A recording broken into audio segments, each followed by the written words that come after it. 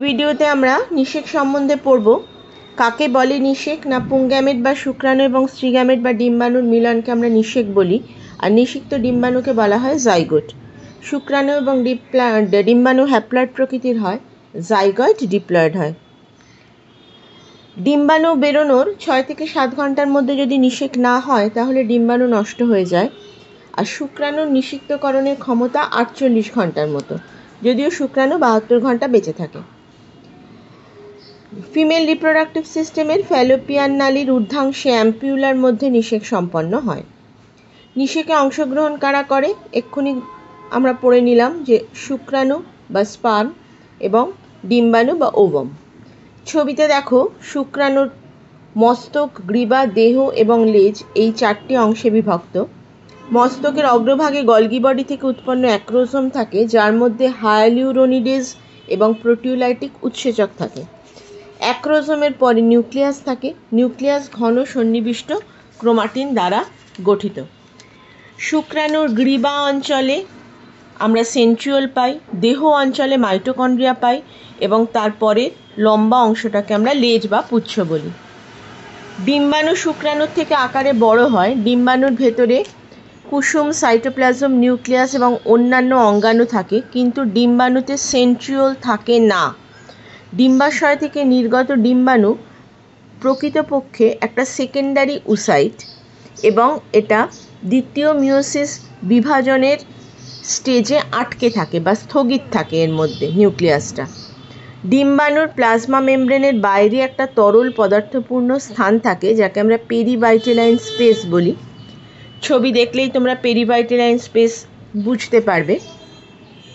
পেরিভাইটেলাইন স্পেসের বাইরে যে কোষবিহীন গ্লাইকোপ্রোটিনের স্তর থাকে, যাকে আমরা জোনা পেলুসিডা বলি।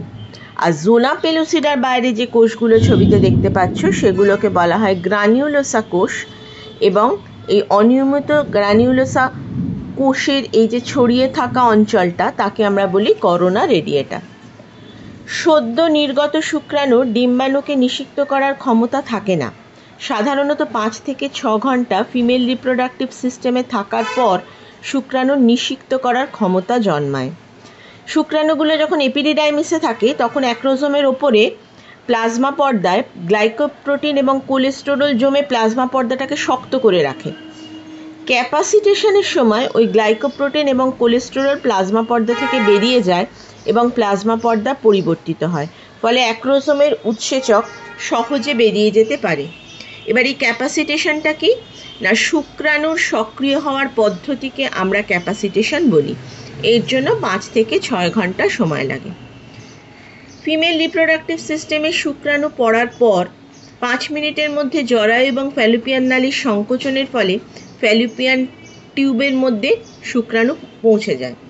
ফ্যালোপিয়ান নালীর অ্যাম্পিউলাতে ডিম্বাণু এবং শুক্রাণুর সাক্ষাৎ হয়। ডিম্বাশয় থেকে নির্গত ডিম্বাণু 24 ঘন্টার মধ্যে নিষিক্ত না হলে নষ্ট হয়ে যায়, আর শুক্রাণু মোটামুটি 48 ঘন্টা অবধি নিষিক্ত করার ক্ষমতা রাখে।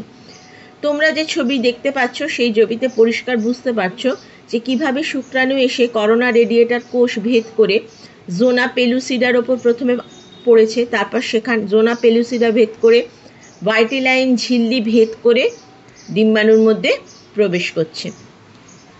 এবার হচ্ছে অ্যাক্রোসোম বিক্রিয়া, যেটা খুব ইম্পর্টেন্ট। ক্যাপাসিটেশনের সময় অ্যাক্রোসোমের পর্দা শুক্রাণুর প্লাজমা পর্দার সঙ্গে জুড়ে যায়, ফলে অল্প পরিমাণে অ্যাক্রোসোম উৎসেচক বাইরে বেরিয়ে আসে। এর মধ্যে যে হায়ালুরোনিডেজ থাকে সেটা ওই করোনা রেডিয়েটার গ্রানিউলোসা কোষসমূহের আন্তঃকোষীয় ধাত্রকে গলিয়ে দেয়, অর্থাৎ ওই করোনা রেডিয়েটার কোষসমূহের মধ্যে দিয়ে পথ তৈরি করে নেয়। জোনা পেলুসিডা স্তরে, ছবিতে দেখে নাও জোনা পেলুসিডা স্তর, সেখানে এক ধরনের শুক্রাণু গ্রাহক থাকে যেগুলো গ্লাইকোপ্রোটিন, যাকে ZP3 বলা হয়। অনেকগুলো শুক্রাণু জোনা পেলুসিডার গায়ে আটকায়, কিন্তু একটা শুক্রাণুর অ্যাক্রোসোমের পর্দায় অবস্থিত প্রোটিওলাইটিক উৎসেচক অ্যাক্রোসিনের সাহায্যে জোনা পেলুসিডার মধ্যে দিয়ে একটা পথ তৈরি করে। তার মানে যতগুলো শুক্রাণুই জোনা পেলুসিডার গায়ে আটকাক না কেন, একটি মাত্র শুক্রাণুই জোনা পেলুসিডা ভেদ করে পেরিভাইটেলাইন স্পেস অতিক্রম করে ডিম্বাণুর প্লাজমা পর্দার মধ্যে দিয়ে ডিম্বাণুর ভেতরে বা সাইটোপ্লাজমে প্রবেশ করতে পারে। শুক্রাণুর নিউক্লিয়াসটুকুই ডিম্বাণু সাইটোপ্লাজমে প্রবেশ করে, বাকি অংশটা কিন্তু বর্জিত হয়। ডিম্বাণুর প্লাজমা পর্দার নিচে পর্দাবেষ্টিত দানা থাকে যাকে কর্টিক্যাল গ্র্যানিউলস বলে। এখন যে ঘটনাটার কথা বলা হবে সেটাকে বলা হয় কর্টিক্যাল বিক্রিয়া। এই কর্টিক্যাল গ্র্যানিউলসের মধ্যে প্রধানত প্রোটিন ও মিউকোপলিস্যাকারাইড থাকে। প্রথমে শুক্রাণুটা জোনা পেলুসিডায় যখন প্রবেশ করে তখন ক্যালসিয়াম ডিম্বাণুর প্লাজমা পর্দা ভেদ করে ডিম্বাণুর সাইটোপ্লাজমে প্রবেশ করে এবং এই কর্টিক্যাল গ্র্যানিউলস থেকে রাসায়নিক যে পদার্থগুলো গ্র্যানিউলসের মধ্যে আছে, গ্র্যানিউলস মানে দানা, তোমরা জানো, গ্র্যানিউলসের মধ্যে যে রাসায়নিক পদার্থগুলো থাকে সেগুলোকে এক্সোসাইটোসিস প্রক্রিয়ায় পেরিভাইটালাইন স্পেসে পাঠিয়ে দেয়, মানে বাইরের ওই আবরণটার মধ্যে ওই যে অঞ্চলটা আর কি, পেরিভাইটালাইন স্পেস যাকে বলে, ছবিতে দেখলেই বুঝতে পারবে, সেখানে পাঠিয়ে দেয়। ফলে রাসায়নিক পদার্থগুলো জোনা পেলুসিডের সঙ্গে যুক্ত হয়ে ফার্টিলাইজেশন মেমব্রেন বা নিষেক পর্দা গঠন করে। নিষেক পর্দা গঠন করার ফলে বাকি যে শুক্রাণুগুলো এই জোনা পেলুসিডা অঞ্চলে ছিল সেগুলো আর ডিম্বাণুতে প্রবেশ করতে পারে না। তার মানে যতগুলো শুক্রাণুই ডিম্বাণুর গায়ে এসে লাগুক না কেন, একটিমাত্র শুক্রাণুর নিউক্লিয়াসই ডিম্বাণুর মধ্যে প্রবেশ করতে পারবে। এবং শেষ পরিণতি বা নিষেকের শেষ অবস্থায় ডিম্বাণু ও শুক্রাণুর নিউক্লিয়াসের মিলন ঘটে। শুক্রাণুর নিউক্লিয়াসটা ডিম্বাণুর সাইটোপ্লাজমে প্রবেশ করার পর ডিম্বাণুতে স্থগিত থাকা দ্বিতীয় মিওসিস বিভাজন সম্পন্ন হয়। সেকেন্ড মায়োটিক ডিভিশনের পর একটা ক্ষুদ্র পোলার বডি তৈরি হয় এবং একটা পরিণত ডিম্বাণু বা উটিড তৈরি হয়।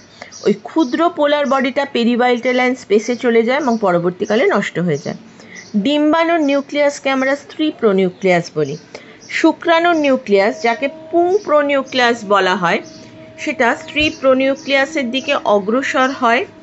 শুক্রাণু এবং শুক্রাণু নিউক্লিয়াসের সঙ্গে থাকা সেন্ট্রিওল যেগুলো, সেগুলো বেমতন্তু গঠন করে। পুং এবং স্ত্রী প্রোনিউক্লিয়াসের ক্রোমোসোমগুলো বেমতন্তুর সঙ্গে যুক্ত হয়। শুক্রাণু ও ডিম্বাণুর ক্রোমোসোমগুলো মিলিত হওয়াকে বলা হয় ক্যারিওগ্যামি বা অ্যাম্ফিমিক্সিস।